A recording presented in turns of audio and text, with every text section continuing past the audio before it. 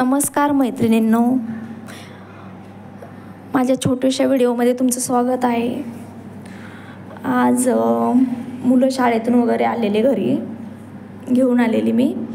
त्यानंतर मग सकाळी पोळ्या बनवलेल्या, थोड्याच बनवल्या होत्या आणि त्यांच्यासाठी अशा 2-3 पोळ्या बनवल्या गरम गरम. आणि पोळ्या बनवून झाल्याच्यानंतर एकीकडे म्हणजे 2 ऑमलेट 2 अंडी घेतलेली. त्यांना आज अंडी खाऊशी वाटली होती आणि अंडी वगैरे म्हणजे आता भरपूर दिवस खाल्लं नव्हतं आम्ही, तर त्यांना आज खाऊचं वाटलं म्हणून 2 अंड्याची ऑमलेट बनवायचं होतं. असे पोळ्या वगैरे लाटून घेतल्या मी. 3-4 पोळ्या घेतल्या करून गरम गरम.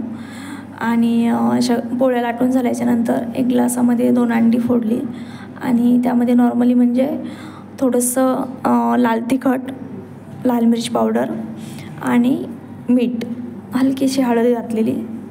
आणि अशी सकाळी भेंडीची भाजी बनवलेली, ती अशी थोडीशी गरम करायला ठेवली, गरम करून घेतली.